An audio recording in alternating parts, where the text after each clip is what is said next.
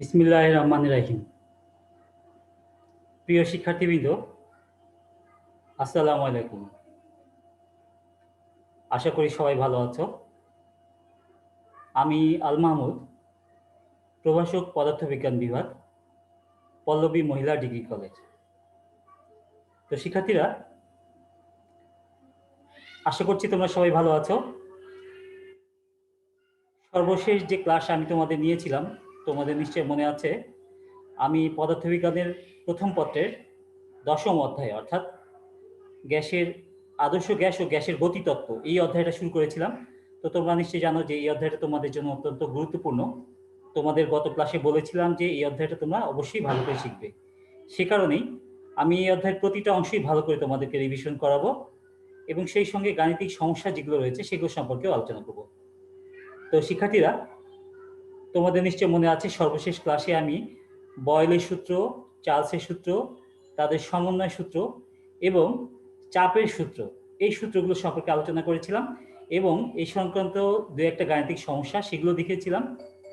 তো শিক্ষার্থীরা, আজকে আমরা এই অধ্যায়ের পরবর্তী অংশ অর্থাৎ এই অধ্যায়ের পরে যে অংশটা রয়েছে সেটা হলো যে আদর্শ গ্যাস কাকে বলে বা কাদেরকে আমরা আদর্শ গ্যাস বলতে পারি, এই আদর্শ গ্যাস এবং এই আদর্শ গ্যাস সংক্রান্ত কিছু সূত্রাবলী, এইগুলো নিয়ে আমরা আলোচনা করব। তাহলে শিক্ষার্থীরা, আমরা তাহলে কি আলোচনা করব আজকে? আজকে তাহলে আমাদের আলোচনার বিষয় হচ্ছে আদর্শ গ্যাস এবং আদর্শ গ্যাস সংক্রান্ত কিছু সূত্রাবলী, এগুলো নিয়ে আমরা আলোচনা করব। তাহলে শিক্ষার্থীরা, আমরা শুরু করি। তাহলে প্রথমেই আমরা আলোচনা করব যে আদর্শ গ্যাস কি বা কাদেরকে আদর্শ গ্যাস বলা যায়, কোন কোন বৈশিষ্ট্য থাকলে আমরা কোনো একটা গ্যাসকে আদর্শ গ্যাস বলে বিবেচনা করতে পারি, সেগুলো নিয়ে আমরা প্রথমে আলোচনা করব। তো শুরু করি শিক্ষার্থীরা। তাহলে আমি প্রথমে আমাদের আলোচনার মূল বিষয়টা লিখে দিচ্ছি উপরে, তোমরা আমার সাথে সাথে লিখে নাও।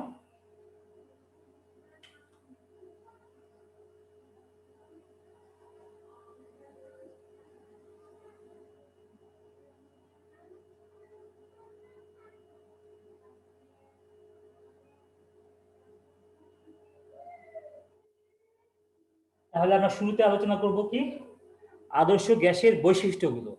আদর্শ গ্যাসের বৈশিষ্ট্যগুলো। তো আদর্শ গ্যাসের অনেকগুলো বৈশিষ্ট্য রয়েছে, তার মধ্যে কয়েকটা বৈশিষ্ট্য যেগুলো অত্যন্ত গুরুত্বপূর্ণ সেগুলোই আমরা শুরুতে আলোচনা করি। প্রথমত,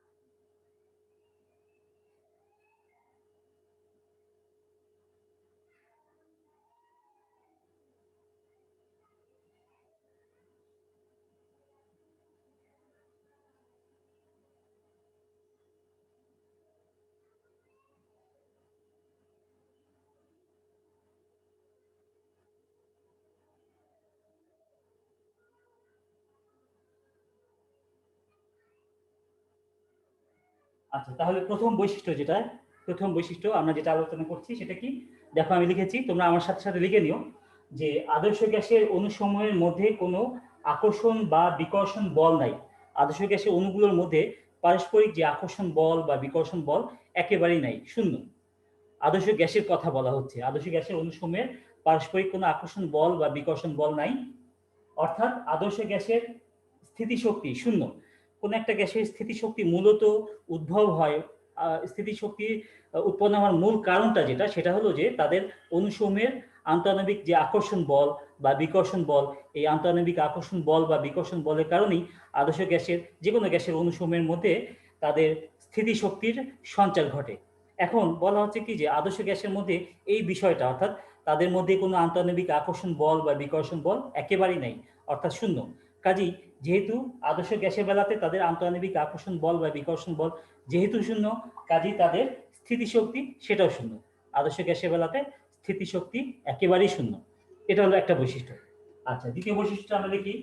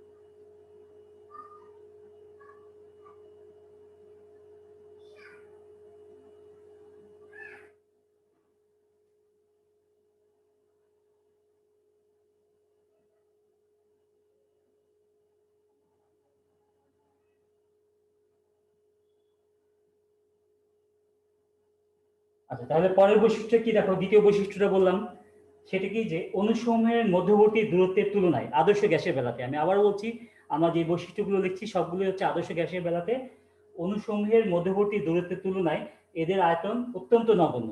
এদের আয়তন তাদের মধ্যবর্তী দূরত্বের তুলনায় অণুসমূহের যে আয়তন, এই যে গ্যাসের অণু, এই একটা অণু, এই একটা অণু, এই অণুগুলো এরকম ভাবে যদি আমরা বিবেচনা করি, এই যে অণুগুলো, এই অণুসমূহের আয়তন তাদের মধ্যবর্তী যে দূরত্ব, একটা অণু থেকে আরেকটা অণুর যে দূরত্ব, এর তুলনায় অণুসমূহের যে আয়তন, এগুলো এতই কম, এতই নগণ্য যে সেগুলোকে আমরা শূন্য বলে বিবেচনা করতে পারি।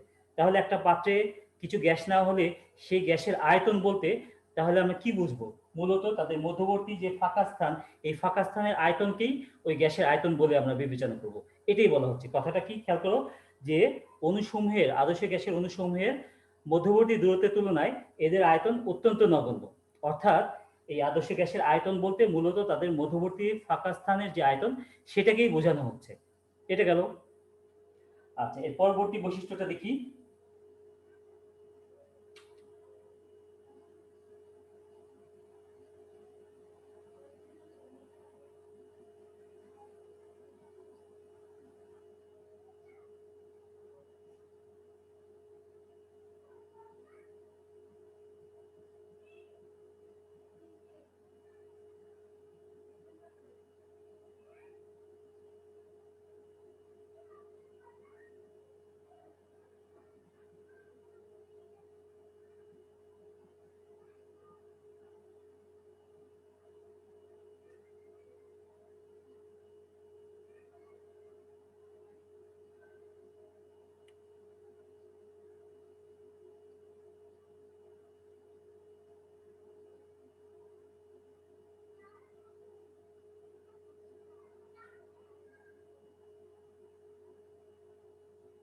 আচ্ছা, 3 নম্বর বৈশিষ্ট্য কি লিখলাম দেখো, অণুসমূহ অনবরত পাত্রের দেয়ালের সাথে সংঘর্ষে লিপ্ত হয়, এর ফলে গ্যাসের চাপের সৃষ্টি হয়।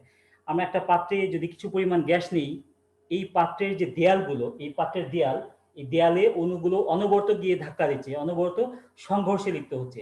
এই যে অণুসমূহের ধাক্কা, পাত্রের দেয়ালে অণুসমূহ যে ধাক্কা দিচ্ছে, এই ধাক্কার ফলেই চাপের সৃষ্টি হয়। এই যে গ্যাসের চাপ, এই গ্যাসের চাপ কেন সৃষ্টি হয়? কারণ অণুগুলো অনবরত পাত্রের দেয়ালে গিয়ে ধাক্কা দিচ্ছে, সংঘর্ষে লিপ্ত হচ্ছে। এই কারণেই গ্যাসের চাপ সৃষ্টি হয়। গ্যাসের চাপের সৃষ্টি হওয়ার মূল কারণ হচ্ছে অণুসমূহ পাত্রের দেয়ালে গিয়ে ধাক্কা দেয়। এই কারণটাই গ্যাসের চাপ সৃষ্টি হওয়ার মূল কারণ। আচ্ছা, এটা হলো তৃতীয় বৈশিষ্ট্য। এরপর দেখো, আমি তাহলে এই 3টা বৈশিষ্ট্য যে লিখেছি, এই 3টা বৈশিষ্ট্য মুছে দিচ্ছি। এর পরবর্তী বৈশিষ্ট্যটা আমি লিখে দিচ্ছি। 4 নম্বর বৈশিষ্ট্য দেখো, 4 নম্বর বৈশিষ্ট্য আমি লিখছি এখানে।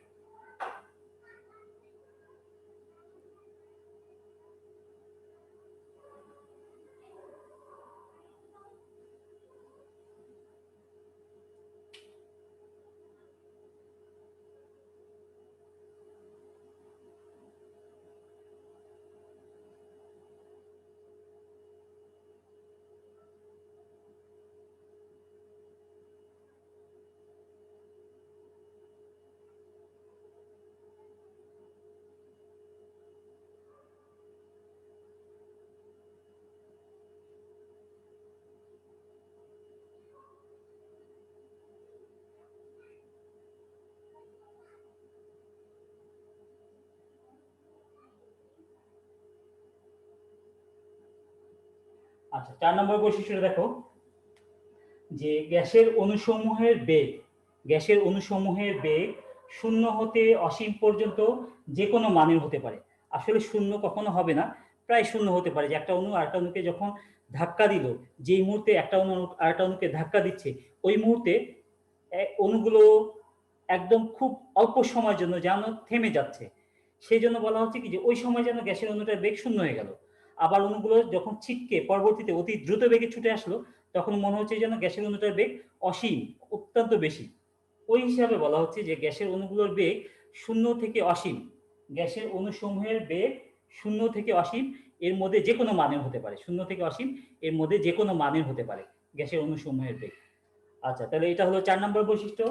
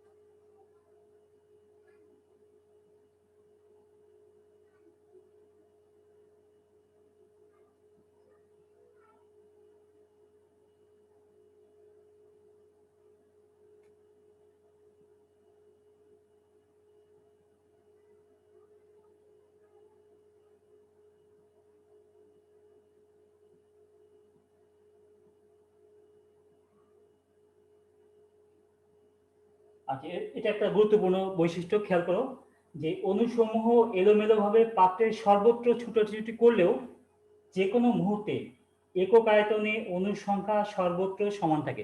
কথাটা আমি একটা চিত্রের সাহায্যে বুঝিয়ে দিই। ধরা যাক এরকম একটা পাত্র, এই পাত্রের মধ্যে গ্যাসের অণু রয়েছে। তো এই পাত্রের মধ্যে গ্যাসের অণুগুলো সর্বত্র এলোমেলোভাবে ছুটাছুটি করছে। এই অণুটা এখান থেকে, এখানে যে অণুটা রয়েছে সেই অণুটা এখান থেকে যে কোনো মুহূর্তে এখানে চলে আসতে পারে, এখান থেকে অণুটা এখানে আসতে পারে, এখানে আসতে পারে, যে কোনো জায়গায় যেতে পারে।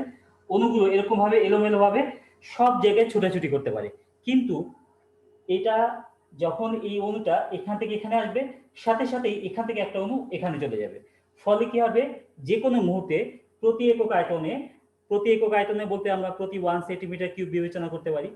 প্রতি একক আয়তনে অর্থাৎ ধরা যাক প্রতি 1 সেন্টিমিটার কিউব আয়তনে সর্বত্রই অণুর সংখ্যা একই থাকবে, কোথাও বেশি হবে না, কমও হবে না। তাহলে কথাটা আবার বলি, খেয়াল করো যে পাত্রের মধ্যে গ্যাস যে পাত্রে রাখা হয়েছে সেই পাত্রের মধ্যে অণুগুলো এলোমেলোভাবে যে কোনো জায়গায় ছোটাছুটি করতে পারে, এখান থেকে ছুটে এখানে যেতে পারে, এখান থেকে এখানে আসতে পারে, যে কোনো জায়গায় যে কোনো মুহূর্তে ছোটাছুটি করতে পারে। কিন্তু প্রতি একক আয়তনে অণুর সংখ্যা সব জায়গাতে একই থাকবে। এখানে যে কোনো মুহূর্তে প্রতি একক আয়তনে অণুর সংখ্যা যা রয়েছে, এখানেও প্রতি একক আয়তনে অণুর সংখ্যা ওই মুহূর্তে একই রয়েছে। এখানে এখানে এখানে এখানে সব জায়গাতেই প্রতি একক আয়তনে অণুর সংখ্যা সর্বত্র সমান থাকবে। কোথায় এমন হবে না যে কোনো একটা মুহূর্তে প্রতি একক আয়তনে অণুর সংখ্যা এখানে যা আছে এখানে তার চেয়ে বেশি বা কম, এরকম কখনো হবে না। এর কারণটা মানে এর অর্থটাই বোঝা যাচ্ছে। এর অর্থই হলো যে যখনই একটা অণু এক জায়গা থেকে ছুটে অন্য এলাকায় আসে, সাথে সাথেই এখান থেকে অন্য একটা অণু এখান থেকে এখানে চলে আসে।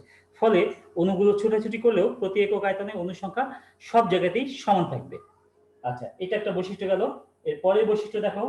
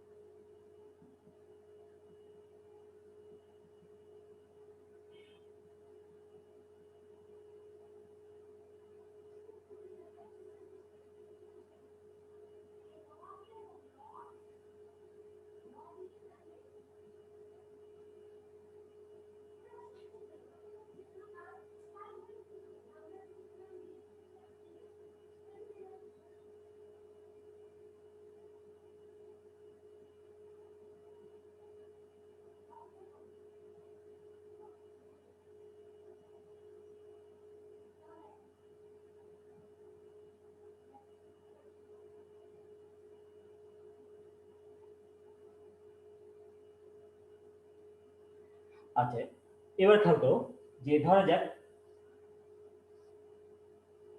আগে আমি জিনিসটা বুঝিয়ে দিই, তারপরে আমি বৈশিষ্ট্যটা বলছি। ধরা যাক এরকম একটা পাত্র, এই পাত্রের মধ্যে অনেকগুলো অণু রয়েছে, এরকম অসংখ্য অণু রয়েছে। এই অণুটা ধরা যাক সোজা ছিটকে এদিকে আসলো, আসার পর এখানে একটা অণু রয়েছে তার সাথে সংঘর্ষে লিপ্ত হবে। এই অণুটা ছিটকে এসে এখানে এসে অন্য কোনো অণুর সাথে যখন সংঘর্ষে লিপ্ত হবে, সংঘর্ষে লিপ্ত হওয়ার আগ পর্যন্ত এটা কিন্তু সোজা যাবে, এরকম না যেটা আঁকা বাঁকা পথে যেতে যেতে এভাবে আসবে। তাহলে এখানে কথাটা বলা হচ্ছে যে দুটি সংঘর্ষের মধ্যবর্তী সময় গ্যাসের অণু সরলরেখায় চলে। এখান থেকে এখানে এসে একটা সংঘর্ষে লিপ্ত হবে, এখানে একটা সংঘর্ষ হয়েছিল, সেখান থেকে অণুটা ছিটকে এখানে আসবে। এই দুটি সংঘর্ষের মধ্যবর্তী সময় গ্যাসের অণুটা যে দূরত্ব অতিক্রম করে বা যে দূরত্বটা অতিক্রম করবে, এই দূরত্বটা সবসময় সরল পথে অতিক্রম করবে, আঁকা বাঁকা পথে অতিক্রম করবে না। তো দুটি সংঘর্ষের মধ্যবর্তী সময় অতিক্রান্ত এই যে দূরত্বটা, এই যে দূরত্বটা অতিক্রান্ত যে দূরত্বটা, সেই দূরত্বটাকে বলা হচ্ছে মুক্ত পথ। ইংরেজিতে বলা হচ্ছে ফ্রি পাথ। ইংরেজিতে বলা হচ্ছে ফ্রি পাথ, মুক্ত পথ বা ফ্রি পাথ। এই হচ্ছে আরেকটা বৈশিষ্ট্য। তো আমরা এই 6 নম্বর বৈশিষ্ট্য পর্যন্ত জানলাম।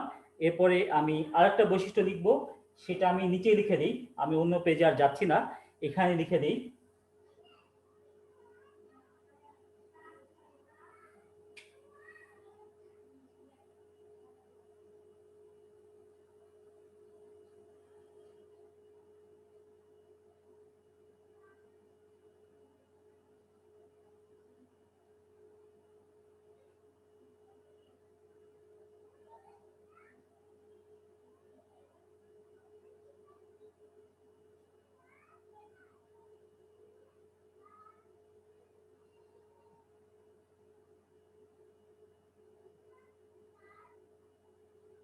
আচ্ছা, আদর্শ গ্যাসের এটা একটা অন্যতম বৈশিষ্ট্য, সেটা কি দেখো, সকল তাপমাত্রা ও চাপে এই গ্যাসগুলো অর্থাৎ আদর্শ গ্যাসগুলো পিভি সমান এনআরটি এই সূত্র মেনে চলবে।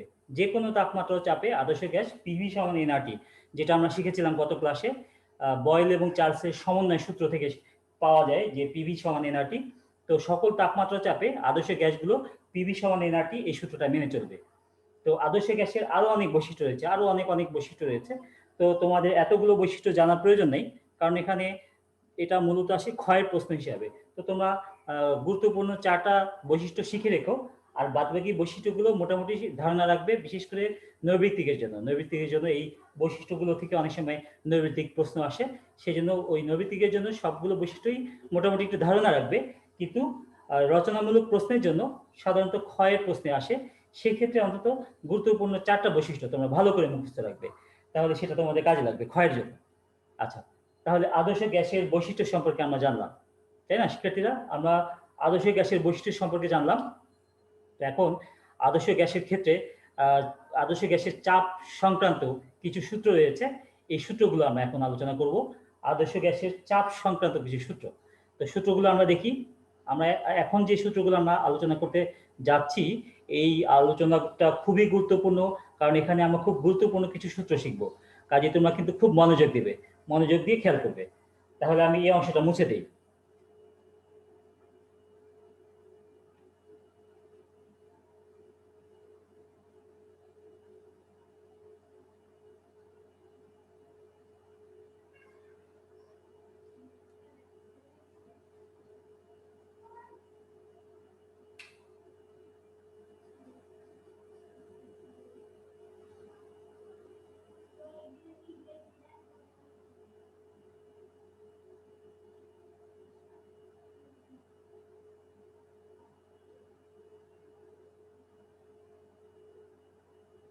তো আদর্শ গ্যাসের বেলাতে চাপ সংক্রান্ত সূত্র, আদর্শ গ্যাসের ক্ষেত্রে চাপ সংক্রান্ত কিছু সূত্র রয়েছে, সেই সূত্রগুলো নিয়ে আমরা এখন আলোচনা করব। তো আমি একটা একটা করে সূত্র লিখে দিচ্ছি, এবং এই সূত্রগুলো কিভাবে প্রয়োগ করা যায়, গাণিতিক সমস্যার সমাধান করার জন্য কিভাবে প্রয়োগ করা যায়, বা এই সূত্রগুলোর কোন অংশটা কি নির্দেশ করে, সেগুলো সম্পর্কে আমরা আলোচনা করব সঙ্গে সঙ্গে। তো প্রথমেই যেটা বলবো সেটা হচ্ছে যে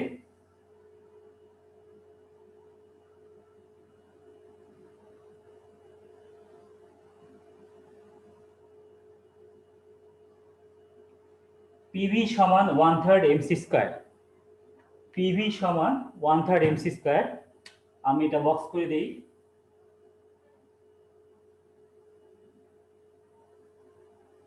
পিভি সমান 1/3 এমসি স্কয়ার। এখানে কোনটা কি সেটা নিয়ে আলোচনা করা যাক।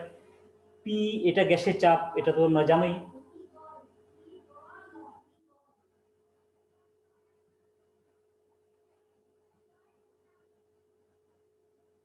ভি হলো গ্যাসের আয়তন,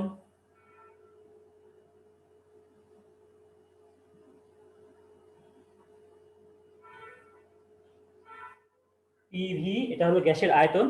আর এম, এই যে ক্যাপিটাল এম, এই এমটা কি, আমরা ধরা যাক ভি আয়তনের গ্যাস নিয়েছি কোন একটা পাত্রে, কোন একটা পাত্রে ভি আয়তনের গ্যাস নিলাম। তো ওই পাত্রে গ্যাসের মোট আয়তন যেটা, সেটাই হচ্ছে মোট ভর যেটা, মানে ভি আয়তনের যে পাত্র নিয়েছি আমরা, সেই পাত্রে অবস্থিত যে গ্যাস, এই গ্যাসের মোট ভর সেটা হচ্ছে এম। তাহলে এম কি,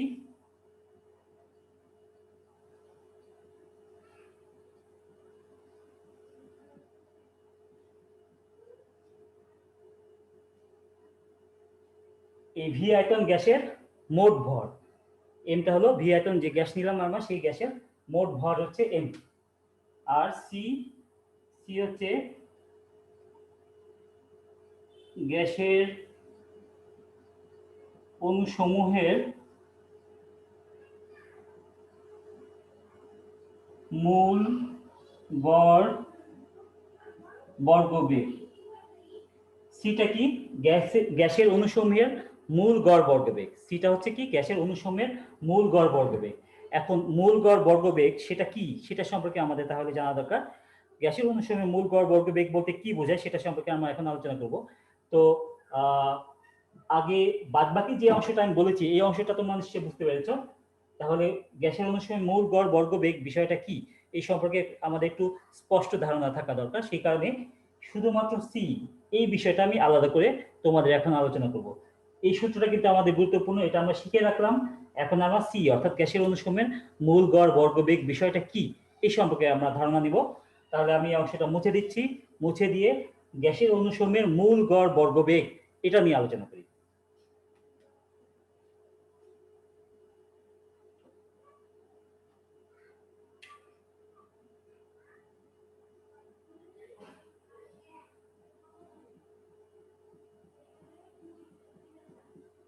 তো ধরা যাক এরকম একটা পাত্র, যে পাত্রের মধ্যে অসংখ্য গ্যাসের অণু রয়েছে। মানে এখানে আমরা একটা পাত্র বিবেচনা করেছি যে পাত্রের মধ্যে অসংখ্য অসংখ্য গ্যাসের অণু রয়েছে, এবং এই অণুগুলো পাত্রের মধ্যে এলোমেলোভাবে ছুটাছুটি করে, এবং অণুগুলোর বেগ অনেক বেশিও হতে পারে, অনেক বেশি হতে পারে। সেই কারণে গ্যাসের অণুগুলোর বেগকে সাধারণভাবে আমরা বেগকে সাধারণত ভি দিয়ে প্রকাশ করি, কিন্তু গ্যাসের ক্ষেত্রে এই গ্যাসের অণুগুলোর বেগকে সি দিয়ে প্রকাশ করা হচ্ছে। বেগটা অনেক বেশি হওয়ার কারণে সি দিয়ে প্রকাশ করা হচ্ছে। আচ্ছা, তো ধরা যাক এইখানে পাত্রের মধ্যে যে অণুগুলো রয়েছে তাদের কারো বেগ C1, কোন অণুর বেগ C2, C3 ইত্যাদি, এরকম Cn পর্যন্ত। ধরা যাক n সংখ্যক গ্যাসের অণু রয়েছে এখানে, তো তাদের বেগ যথাক্রমে C1, C2, C3, Cn ইত্যাদি, এরকম বিভিন্ন বেগ রয়েছে। এগুলো নিয়ে আমরা ধরে নিলাম আর কি।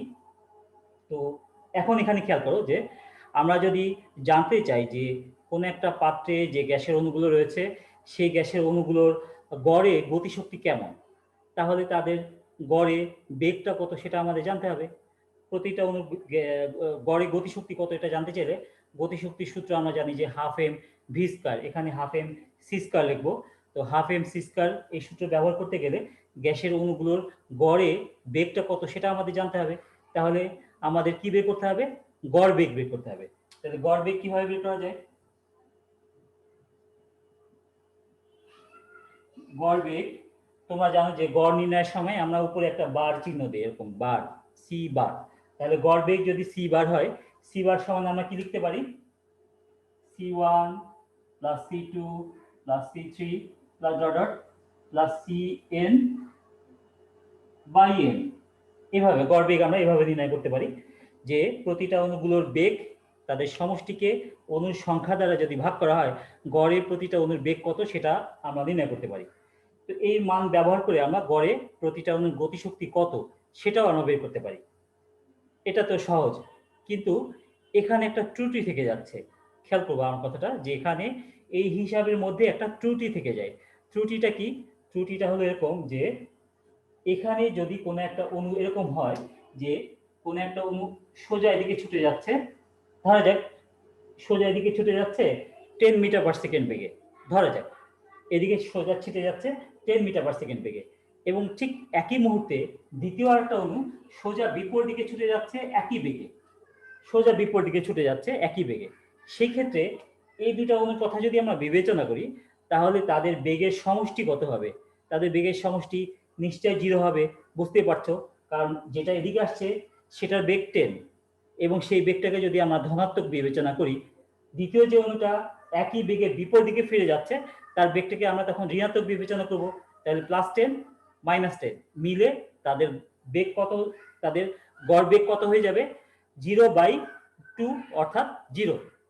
তো এরকম যদি হয় যে কোনো একটা পাত্রে অনেকগুলো অণু রয়েছে যারা একই বেগে পরস্পর বিপরীত দিকে গতিশীল, ফলে তাদের বেগটা যেটা সেটা কিন্তু হিসাবে আসছে না।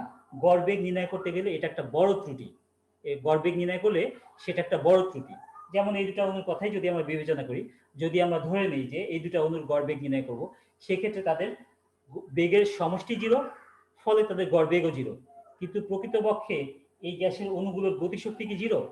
মোটেও 0 না, কারণ গতিশক্তি যদি 0 হতো অণুটা এদিক থেকে এদিকেও আসতো না, বা এই অণুটা এদিক থেকে ওদিকেও যেত না, গতিশক্তি নিশ্চয়ই 0 না। তাহলে এখানে হিসাবে একটা বড় ত্রুটি হয়ে যাচ্ছে। গড় বেগের মাধ্যমে কোনো একটা গ্যাসের অণুগুলোর গতিশক্তি বা এই সংক্রান্ত যা কিছু হিসাব করব সবই ত্রুটিপূর্ণ হয়ে যাবে। এই ত্রুটিটাকে দূর করার জন্যই, এই ত্রুটিটাকে আমরা যদি বাদ দিতে চাই, সেই কারণেই মূল গড় বর্গবেগ বলে একটা বিষয় এখানে আনা হয়েছে। মূল গড় বর্গবেগ, এই ত্রুটিটাকে অ্যাভয়েড করার জন্যই মূল গড় বর্গবেগ বলে একটা বিষয় এখানে আনা হয়েছে। সেটা তাহলে কি সেটা আমরা দেখি। তাহলে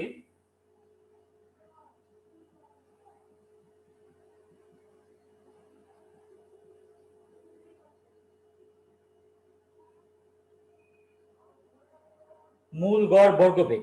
তাহলে মূল গড় বর্গবেগটা কি সেটা সম্পর্কে এখন আলোচনা করব আমরা।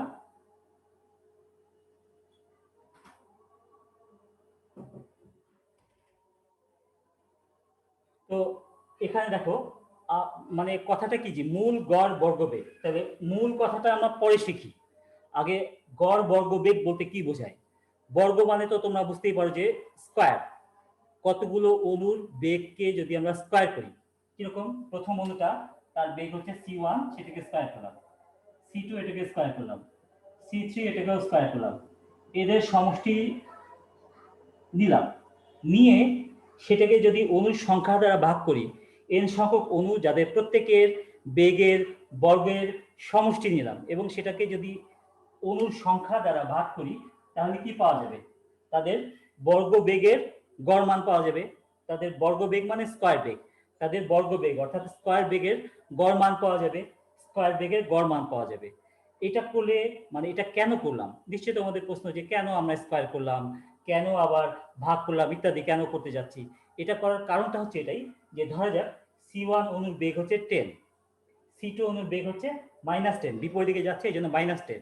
তাহলে যদি আমরা স্কয়ার করি তাহলে তো মাইনাসটা থাকছে না, মাইনাসটা না থাকলে তখন কি হচ্ছে, তখন যদি আমরা এটার একটা ফলাফল নেই তাহলে সেটা কিন্তু ত্রুটিপূর্ণ হওয়ার সম্ভাবনা কমে যায়, কারণ স্কয়ার করলে নেগেটিভ গুলো পজিটিভ হয়ে যাচ্ছে, তারপরে সেটা থেকে যদি আমরা একটা ফলাফল নির্ণয় করি সেটা ত্রুটিহীন হওয়ার সম্ভাবনা বেড়ে যাচ্ছে। আচ্ছা, তো এখন এখানে একটা কিন্তু এখানে বর্গ বেগ গড় বর্গ বেগ নির্ণয় করলে কিন্তু একটা ত্রুটি থেকে যাচ্ছে, কারণ অনুগুলোর বেগের বর্গের গড় মান নিয়েছি। তাহলে এখানে কি করতে হবে, যেহেতু বেগের বর্গের গড় মান নিয়েছি কাজেই সেটাকে রুট করতে হবে, রুট করতে হবে যাকে বাংলায় বলা হয় মূল। রুটের বাংলা হচ্ছে মূল বা বর্গমূল, যেভাবে বলি মূল বা বর্গমূল। তাহলে এই যে গড় মানগুলোর বর্গ মানগুলোর যে গড় মান নিয়েছি সেটাকে যদি বর্গমূল নির্ণয় করি, রুট করি, তাহলে অণুগুলোর গড়ে অণুগুলোর প্রকৃত বেগটা কত, গড়ে অণুগুলোর প্রকৃত বেগটা কত সেটার প্রায় সঠিক মান আমরা পেয়ে যাব। সেই জন্যই মূল গড় বর্গবেগ নির্ণয় করা হয় এই নিয়মে, এই নিয়মে নির্ণয় করা হয়। তো তাহলে কথাটা খেয়াল করো যে শুধু গড়বেগ নির্ণয় করলেই চলতো, কিন্তু গড়বেগ নির্ণয় করতে গেলে একটা ত্রুটি থেকে যাচ্ছে। ত্রুটিটা হলো এরকম যে যদি কোনো অণু পরস্পর সমবেগে, দুটি অণু পরস্পর সমবেগে বিপরীত দিকে গতিশীল থাকে, সেক্ষেত্রে গড়বেগ নির্ণয় করতে গেলে তাদের বেগের সমষ্টিটা হয়ে যায় 0, ফলে সেখানে একটা ত্রুটিপূর্ণ মান দেখায়, যা কিনা দেখাচ্ছে যে তাদের গড়বেগ 0 অথবা তাদের গড় গতিশক্তি 0, কিন্তু তাদের গতিশক্তি মোটেও 0 না, কারণ 0 হলে তো তারা গতিশীল হতোই না। কাজে সেক্ষেত্রে মানের একটা ত্রুটি থাকে। এই ত্রুটিটা দূর করার জন্যই তাদের বেগটাকে বর্গ করে তাদের গড় মান নির্ণয় করে সেটাকে আবার বর্গমূল করা হচ্ছে, যাতে তাদের বেগের একটা প্রকৃত গড় মান পাওয়া যায়। এই জন্যই বর্গমূল গড় বর্গবেগ, এটাকে অনেক সময় এভাবে লেখা হয় বর্গমূল গড় বর্গবেগ, বর্গমূল গড় বর্গবেগ এইভাবে লেখা হচ্ছে, এইভাবে নির্ণয় করা হয়। তো এটা নির্ণয় কেন করা হয় সেটা কারণটা আমি বললাম। তো তোমাদের একটা সূত্র দেখাচ্ছিলাম, এই সূত্রের পরিপ্রেক্ষিতেই আমি এই অংশটা আলোচনা করলাম।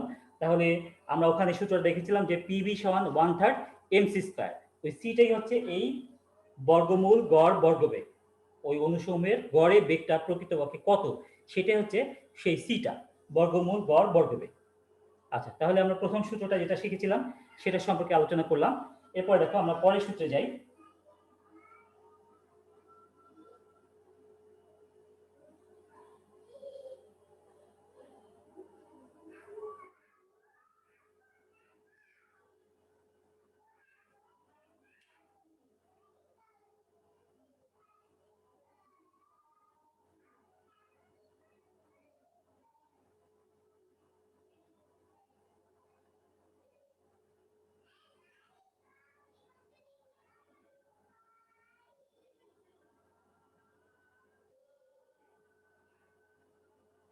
আমরা প্রথমে যে সূত্রটা আলোচনা করলাম পিভি সমান 1/3 mc স্কয়ার, সেখান থেকে আমরা পরবর্তী সূত্রটা পাবো। কাজে আমি ওখান থেকে ধারাবাহিকভাবে তোমাদেরকে দেখিয়ে দিই, তাহলে তোমাদের মনে রাখতে সুবিধা হবে। আচ্ছা, তো পিভি সমান এনআরটি আমরা আগেই দেখেছি গত ক্লাসে, আজকে একটু বললাম পিভি সমান এনআরটি। তাহলে পিভির পরিবর্তে যদি আমরা এনআরটি বসিয়ে দিই, এনআরটি সমান 1/3 mc স্কয়ার, বা এখান থেকে আমরা কি লিখতে পারি, বা c সমান 3 nRT বাই m, এটা রুট। এখান থেকে লেখা যায় কি c সমান 3 nRT বাই m, এটা রুট।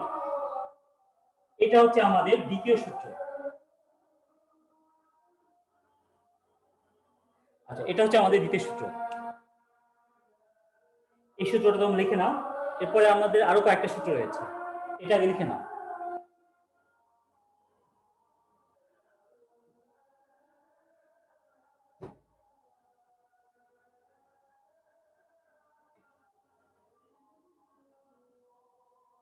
তো এটা তোমরা লিখে নিয়েছো। 3 নম্বর সূত্রটা আমরা এখন শিখি। মূলত এটাই প্রকৃত সূত্র, সেখান থেকেই আমাদের পরবর্তী সব সূত্রগুলো আসবে। এটাকেই আবার কাজে লাগাবো। দেখো কিভাবে দেখা যায়।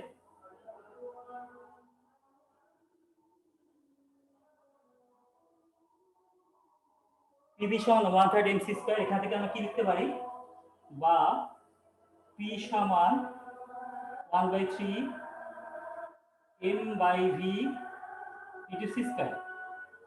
এই যে বাম দিকে যে ভিটা রয়েছে, ডান দিকে নিয়ে আসলে এটা ভাগ হয়ে যাবে। এখন যেহেতু রাশিগুলো সবগুলো গুণ আকারে রয়েছে, ভাগ করার জন্য যে কোনো একটা নিচে ভি নিয়ে আসলেই চলে, যে কোনো একটা নিচে ভি নিয়ে আসলেই হয়ে যায়। তাহলে 1/3 m by v into c square, m by v into c square. তো এবার থাকো তোমাদের পূর্ববর্তী যে ধারণা, সেই ধারণা থেকে তোমরা জানো যে যে কোনো বস্তুর ঘনত্ব, ঘনত্ব সমান কি, ভর বাই আয়তন। এখানে এম হচ্ছে ওই গ্যাস, যেটুকু গ্যাস নিয়েছি সেই গ্যাসের মোট ভর, সেটা হলো এম, এবং তার মোট আয়তন হচ্ছে ভি। তাহলে এম বাই ভি কে, এম বাই ভিটা সেটা কি, ওই গ্যাসের ঘনত্ব নির্দেশ করবে নিশ্চয়। এম বাই ভি হচ্ছে ভর বাই আয়তন, ওই গ্যাসের বেলাতে ভর বাই আয়তন। তাহলে এম বাই ভি কি নির্দেশ করবে, ওই গ্যাসের ঘনত্ব নির্দেশ করবে। এখন গ্যাসের ঘনত্ব, সেটাকে যদি আমরা রো, রো চিহ্ন দিয়ে প্রকাশ করি, তাহলে আমরা কি লিখতে পারি,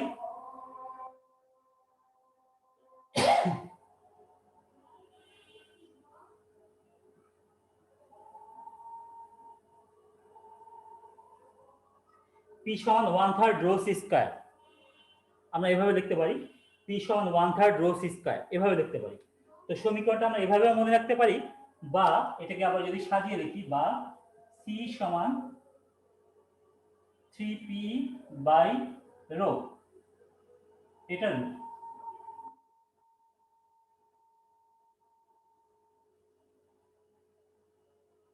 সি সমান 3p বাই রো, এটা হলো আমাদের 3 নম্বর সূত্রটা।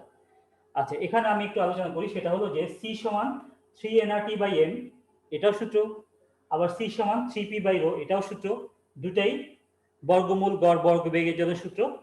তো এই সূত্র কখন কাজে কাজে লাগাবো, বা এই সূত্র কখন কাজে লাগাবো, এটা আমরা কিভাবে মনে রাখবো, যখন কোনো গ্যাসের তাপমাত্রা দেওয়া থাকবে, তাপমাত্রার বিষয়টা যখন উল্লেখ করবে, তখন আমরা এই সূত্রটা কাজে লাগাবো। তাপমাত্রা দেওয়া থাকলে বা তাপমাত্রা নির্ণয় করতে হবে, সেই সঙ্গে মূল গড় বর্গবেগের কথা বলা হয়েছে।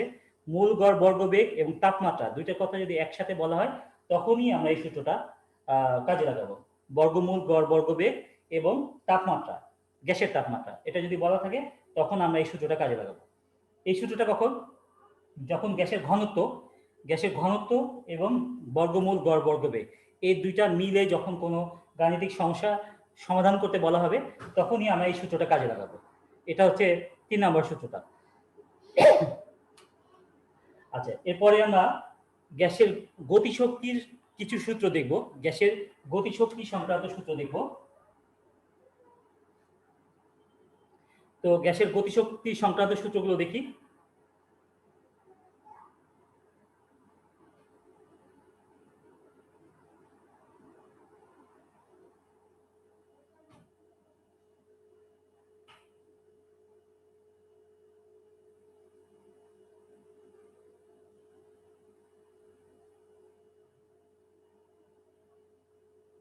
তো আমরা জানি যে গ্যাসের গতিশক্তি মানে গ্যাসের বা যে কোনো বস্তুর বেলাতেই গতিশক্তি ইকে সমান কি, হাফ এম ভি স্কয়ার, এটা আমরা জানি। ইকে সমান হাফ এম ভি স্কয়ার। আচ্ছা, তাহলে হাফ এম ভি স্কয়ার, এখন এখানে ভি এর জায়গায় সি বসালাম কেন, কারণ গ্যাসের অণুগুলোর বর্গমূল গড় বর্গবেগ সেটা সি, সেটা তো আমরা আগেই বলেছি।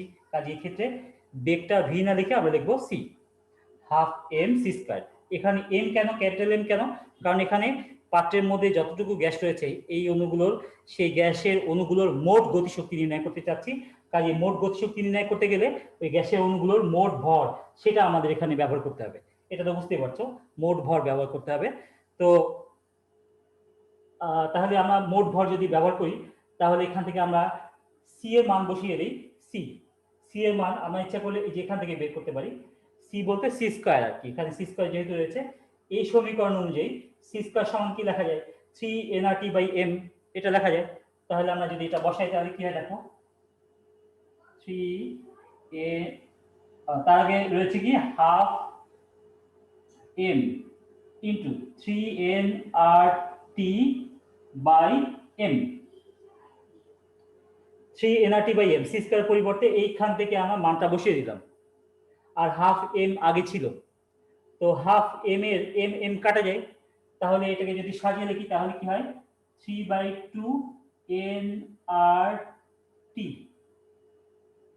তাহলে ই কে সমান 3/2nRT, তাই তো? ই কে সমান 3/2nRT, যেখানে এন হলো গ্যাসের মোল সংখ্যা, এটা তোমরা জানো, 3/2nRT। আচ্ছা, এখন এই সূত্রটাকেই আর একটু এভাবে লেখা যায় না, এনআরটির পরিবর্তে আমরা তো লিখতে পারি পিভি, সেই জন্য আমরা দুইভাবেই লিখি, সমান 3/2 পিভি। এই সম্পূর্ণটাই গতিশক্তির সূত্র। এটা হচ্ছে গতিশক্তির সূত্র, ই কে সমান 3/2nRT অথবা 3/2 পিভি, 3/2 পিভি বা 3/2 nRT। এটা হচ্ছে গ্যাসের অণুর মোট গতিশক্তি, মানে একটা পাত্রে যতগুলো গ্যাসের অণু রয়েছে তাদের মোট গতিশক্তি হচ্ছে 3/2nRT অথবা 3/2 পিভি, যেভাবে বলি দুইভাবে। যদি চাপ আয়তন দেওয়া থাকে তখন আমরা 3/2 পিভি ব্যবহার করবো, যদি তাপমাত্রা দেওয়া থাকে তখন 3/2nRT ব্যবহার করবো, এইভাবে। আচ্ছা, তাহলে এটা হয়ে গেল। এখন আমরা যেটা দেখবো সেটা হচ্ছে যে আমরা গ্যাসের একটা পাত্রে কিছু গ্যাস নিয়েছি, সেই গ্যাসের পাত্রগুলোর অণুগুলোর মোট গতিশক্তি ইকে, এইটা না নির্ণয় করে গড়ে এক একটা অণুর গতিশক্তি কত এটা যদি আমরা নির্ণয় করতে চাই, তখন আমরা কিভাবে নির্ণয় করব? এক একটা অণুর গতিশক্তি কত এটা যদি আমরা নির্ণয় করতে চাই, সেক্ষেত্রে আমরা এই গতিশক্তিটা কিভাবে নির্ণয় করব সেটা আমরা দেখব। তাহলে এই পর্যন্ত হয়েছে 4টা সূত্র, আমি উপরেগুলো মুছে দিচ্ছি।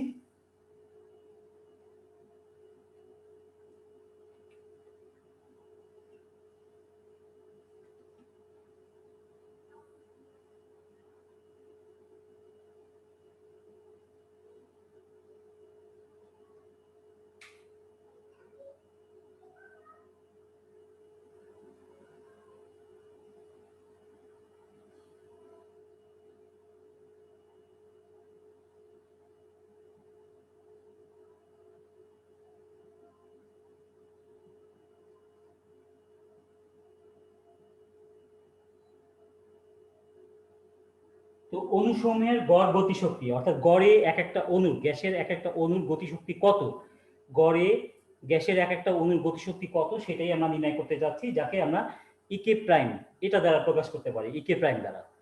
তো এখানে দেখো, আমরা যদি এরকম ধরে নিই যে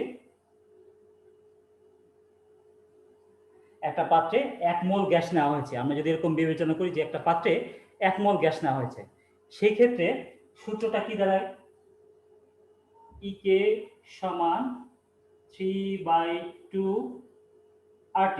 মানে একটু আগে যে সূত্রটা শিখলাম সেটা কি ছিল, যে এন মোল গ্যাসের মোট গতিশক্তি ইকে সমান 3/2nRT। যদি 1 মোল গ্যাস না হয় ইকে সমান হবে 3/2RT। 1 মোল গ্যাসের ক্ষেত্রে মোট গতিশক্তি হচ্ছে 3/2RT। আচ্ছা, তো আমরা জানি যে 1 মোলের মধ্যে, 1 মোল গ্যাসের মধ্যে অণুর সংখ্যা,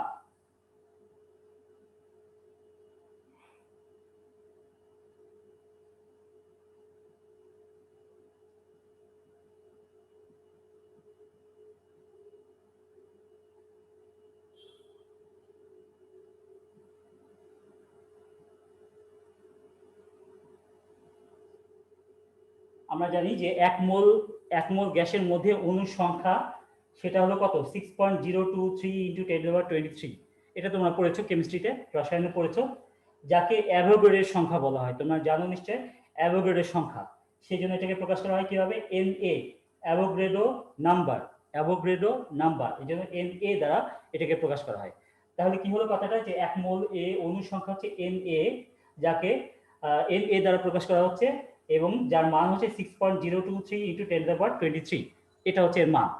তাহলে আমরা এভাবে চিন্তা করতে পারি না যে 1 মোলের মোট গতিশক্তি যদি 3/2 RT হয়, তার মানে কি এতগুলো অণু অর্থাৎ Na সংখ্যক অণুর মোট গতিশক্তি হচ্ছে এটা, Na সংখ্যক অণুর মোট গতিশক্তি, এভাবে বলতে পারি। অর্থাৎ NaT অণুর গতিশক্তি সমান 3/2 RT। এতগুলো অণুর গতিশক্তি হচ্ছে 3/2 RT। তাহলে গড়ে একটা অণুর গতিশক্তি কত হবে, এই Na দ্বারা ভাগ করলেই হয়ে গেল। Na দ্বারা ভাগ করলে আমরা গড়ে একটা অণুর গতিশক্তি কত সেটা আমরা পেয়ে যাব। সুতরাং লিখতে পারি, সুতরাং একটি অণুর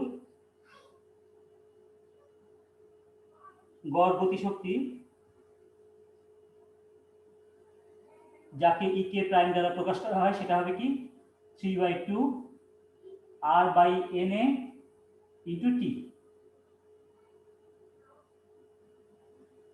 3/2 R/Na ইন্টু T, Na দ্বারা ভাগ করলাম। আগেই বলেছি যে যেহেতু সবগুলো গুণ আকারে রয়েছে, কাজেই যখন আমরা কোনো একটা সংখ্যা দিয়ে ভাগ করব, যে কোনো একটা নিচে নিয়ে আসলেই হয়ে যায়। তাহলে 3/2 ইন্টু R/Na ইন্টু T, এটাই হচ্ছে গড় গতিশক্তি, এক একটা অণুর গড় গতিশক্তি। তো এখানে খেয়াল করে দেখো, আর এটা হচ্ছে মোলার গ্যাস ধ্রুবক, যার একটা নির্দিষ্ট মান রয়েছে, তোমরা জানো। Na এটা একটা ধ্রুবক, কাজে এই যে ভাগফলটা সেটা একটা ধ্রুবক হবে। এই ভাগফলটাকে একটা আলাদা ধ্রুবক হিসেবে নাম দেওয়া হয়েছে। আমি পাশে লিখি,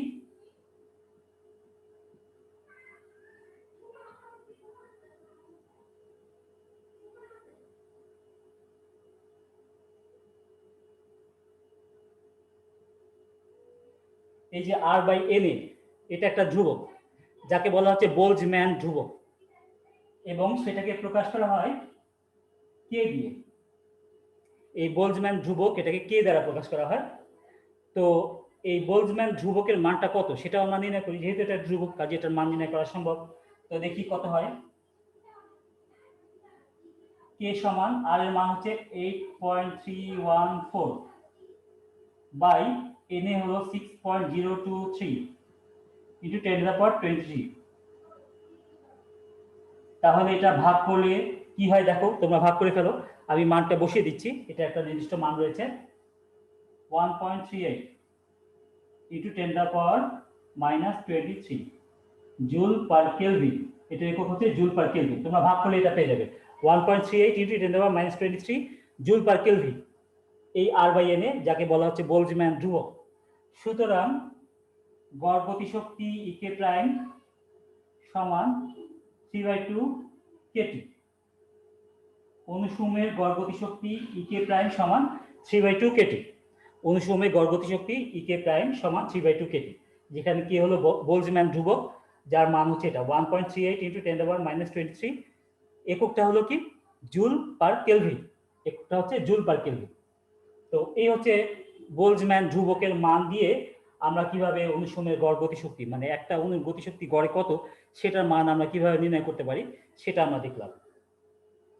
তো শিক্ষার্থীরা এখানে খেয়াল করো যে আমরা গ্যাসের চাপ সংক্রান্ত যে সূত্রগুলো রয়েছে, মোটামুটি এই সূত্রগুলো আমরা শিখেছি এখানে।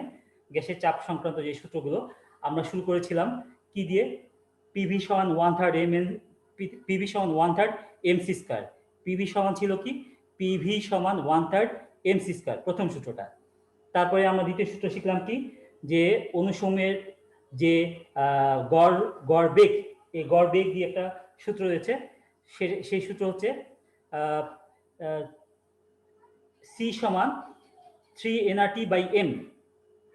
আমি তোমাদের আগে লিখেছিলাম, আমি আরেকবার লিখে দিই, এগুলো মুছে দিই।